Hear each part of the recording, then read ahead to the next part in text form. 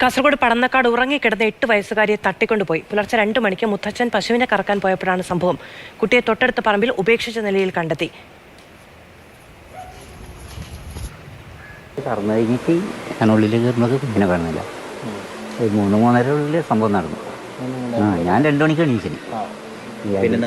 ഞാനെന്നിട്ട് പാലെടുത്തിട്ട് അതിൻ്റെ ഉള്ളിൽ പോകുമ്പോൾക്ക് അപ്പുറം അടുക്കള വാല് തുറന്നിട്ടുണ്ട്, ഇത് അടച്ചിട്ടുണ്ട്, ഇത് പൂട്ടിയിട്ടൊന്നുമില്ല. അത് ഞാൻ ചാരി വെച്ചതേലും ഇത് അതേപോലെ പൂട്ടി വെച്ചിട്ടുണ്ട്. ഞാൻ പൂട്ടി കണക്ക് തന്നെ ഉണ്ട്. പെണ്ണു കാതിലൂരിന് കമ്മലൂരി എടുത്തിന്. എന്നിട്ട് അടക്കി പറഞ്ഞാൽ നീ പോയിക്കോന്നു. മലയാളി തന്നെ, മലയാളം തന്നെയാണ് പറയുന്നത്.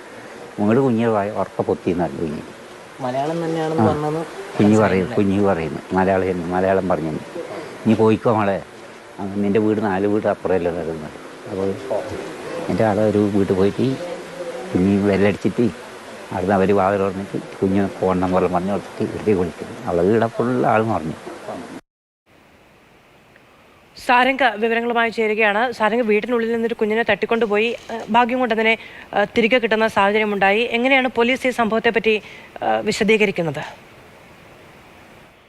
മധു, ആദ്യഘട്ടത്തിൽ ഇന്ന് രാവിലെയാണ് ഇത്തരത്തിലൊരു സംഭവം നടന്നതിനെ കുറിച്ചുള്ള വിവരം പോലീസിന് അടുത്തേക്ക് എത്തുന്നത്. ഇന്ന് പുലർച്ചെ 2:30 കൂടിയായിരുന്നു സംഭവം. സ്വന്തം വീട്ടിൽ ഉറങ്ങിക്കിടക്കുകയായിരുന്ന പെൺകുട്ടിയെയാണ് മുത്തച്ഛൻ അവരുടെ വീട്ടിൽ പശുക്കളുണ്ട്, പശുക്കളെ കറക്കാനായി എഴുന്നേറ്റ് പുറത്തേക്ക് പോയ സമയത്ത് ഈ കുഞ്ഞ് ഒറ്റയ്ക്കൊരു മുറിയിൽ കിടക്കുകയായിരുന്നു. കുഞ്ഞിന്റെ അനുജത്തിയും അമ്മയും അച്ഛനും മറ്റൊരു റൂമിലായിരുന്നു കിടന്നിരുന്നത്. കുഞ്ഞിന്റെ അടുത്തെത്തി കുഞ്ഞിനെ തട്ടിക്കൊണ്ടുപോകാനുള്ള ശ്രമമായിരുന്നു നടത്തിയിരുന്നത്.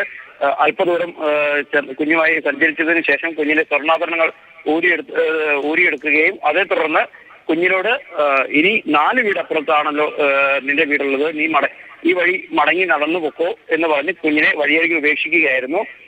ഡോഗ് സ്ക്വാഡും ഫോറൻസിക് പരിശോധനാ സംഘം അടക്കമുള്ള വിദഗ്ധ പോലീസ് സംഘവും ഉന്നത പോലീസ് മേലധികാരികളൊക്കെ തന്നെ ഇപ്പോൾ സ്ഥലത്തെത്തിയിട്ടുണ്ട്.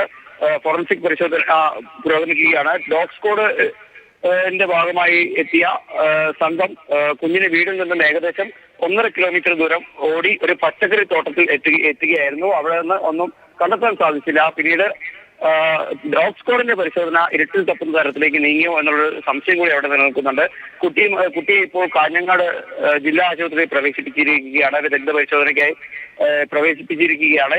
ഇതേ തുടർന്ന് ഈ പരിശോധനാ ഫലങ്ങൾ വരുന്നതിന് ശേഷം പിന്നീട് മാത്രമേ ഇത്തരത്തിൽ കുഞ്ഞിനെ ഉപദ്രവം ഏറ്റിട്ടുണ്ടോ എന്ന തരത്തിലുള്ള സാധ്യതകളൊക്കെ തന്നെ സാധൂകരിക്കത്തക്കത്തിലുള്ള എന്തെങ്കിലും ഉണ്ടാവുകയാണെങ്കിൽ അത്തരത്തിലുള്ള പരിശോധനാ റിപ്പോർട്ട് വന്നതിന് ശേഷം മാത്രമേ ആ ഒരു കാര്യത്തിൽ ഒരു സ്ഥിരീകരണം ഉണ്ടാവുകയുള്ളൂ. എന്തായാലും ഇത്തരത്തിൽ നാടിന് നടക്കിയ ഒരു സംഭവമാണ്. ആളുകളൊക്കെ തന്നെ പരിഭ്രാന്തരാവുന്ന, പ്രത്യേകിച്ച് കൊച്ചു കുഞ്ഞുങ്ങളൊക്കെ ഉള്ള വീടുകളിലൊക്കെ തന്നെ ആ ഒരു പരിഭ്രാന്തി ആ പ്രദേശത്ത് ഇപ്പോൾ തളം കെട്ടി നിൽക്കുന്ന ഒരവസ്ഥയാണ് ഇപ്പോൾ ഉള്ളത്. മധു.